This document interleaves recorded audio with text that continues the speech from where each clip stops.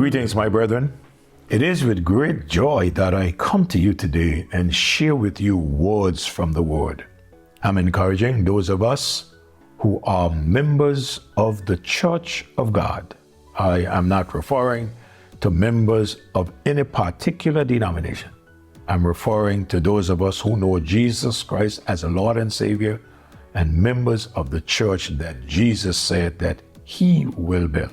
Yes, as members of this church, that universal church, God has placed us in areas and there are known to us as local churches. God has placed us also in local churches, and our local churches are built up of members from the church of God. We are looking at Amos, and Amos said something to us that is very much concerning. He said in chapter 6, "Woe to them that are in Zion, and trust in the mountains of Samaria, which are named chief of the nations, to whom the house of Israel came." I would come back and share with you a little on that, but before I do, I want to take you to the song, "I Gave My Life for Thee." I want you to think of these words.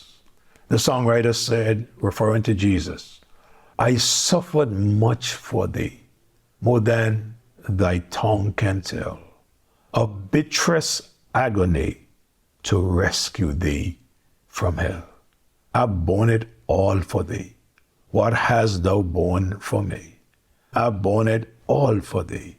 What hast thou borne for me?" I like that song Francis Havergal wrote in regards to service. The words of that song caused me to think of what am I doing for the Lord? So we are in this little series, Is Your Church a Sleeping Church? Where is the church? What is the church doing? And if you find yourself spiritually sleeping in church, I will ask you to awake from your sleepiness. And let's get excited and go on for the Lord. In our last devotion, we noticed a great privilege. Today, I want us to go a little bit deeper and notice a great problem.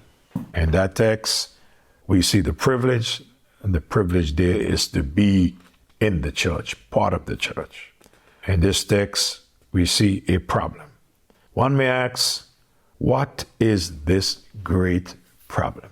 What is this great problem that you have seen in this text? This problem is a problem identified by God. It is one thing for the pastor to identify a problem in the church, or for leaders to identify a problem in the church, or for the people to identify a problem or problems in the church. But when God identifies a problem in church and make it known to us, we need to stop and pay attention to what He said. So this problem is a problem identified by God. When God identifies a problem and shares the problem with us, it then means that it is serious. Jesus Christ made the provision over 2,000 years ago for people to be in Zion, for us to be in church. These people that He made this provision for are all lost people. But when we accept His provision, we become saved people. So these people are who He is speaking about. They are lost. Over 2,000 years ago, after the privilege, the gift is offered, and still so many are lost. Few are saved. They are on the broad way. They lead to destruction. In Matthew 7:13, "Enter ye into the straight gate, for wide is the gate and broad is the way that leadeth to destruction, and many there be which go in thereat." As bad as that may seem, that about these lost people, that is not the problem that God speaks about. God's problem is with His people.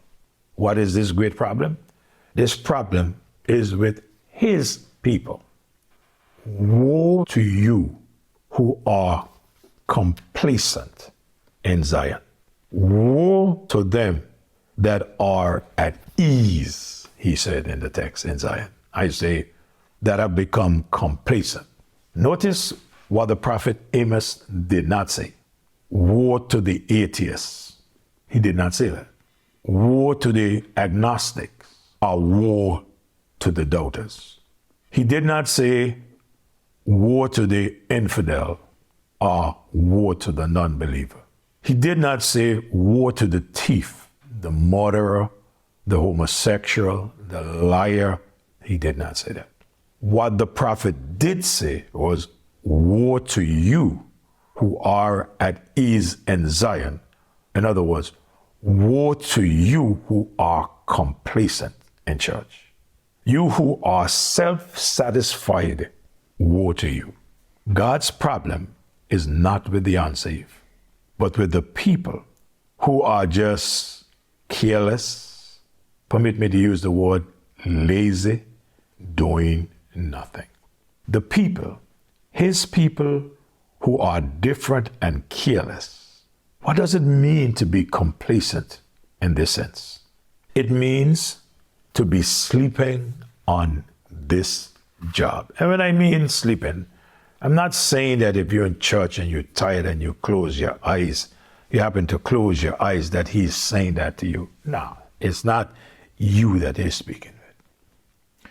I want us to stop and get a picture in our minds of the present world situation. No sooner that you turn on the TV, you hear of trouble on every hand. In days gone by, these troubles that we heard of had seemed so far away from us. I remember the first time I went to New York, me and my sister, we put on the TV like we would put it on in Angola. I heard of a shooting. And to me, first thing I thought, that's somewhere in the States, forgetting that I was in the States. And then I quickly catch myself and I said, but this is happening here. But it's not only happening in America, it's happening right in our burial ground. It's happening right on our doorsteps. It's happening in our little island also. Shooting. We hear of wars and more wars. We hear of storms. You put on the TV, you see so much devastation caused by tornadoes. We see so much devastation caused by earthquakes and flooding. Terrorists on every side you look from. Government collapsing. Massive increase of crime. In the midst of it all, it seems like it is hard to find the church but on Sunday.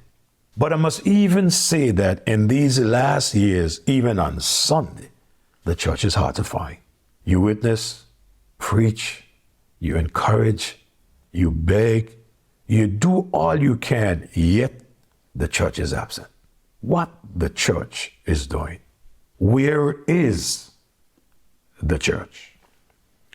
Amos said, woe to them that are at ease in Zion and trust in the mountain of Samaria, which are named chief of the nation, to whom the house of Israel came.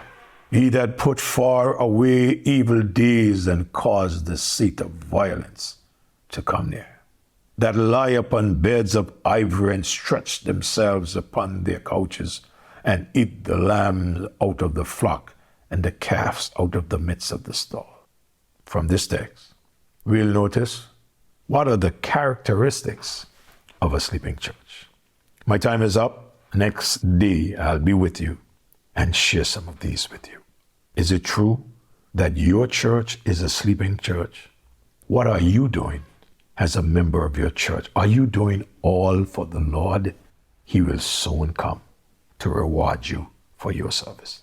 Lord, in the name of Jesus, help us, dear God, not to look at others, but to look at ourselves and to see what you would have us to do, God, so that the church that you have placed us in would be a busy, active church. Forgive us of our complacency and use us for your honor. God, use your word to encourage your people. In Jesus' name I pray. Amen. God bless you. Have a wonderful day. Don't forget, click that button and share.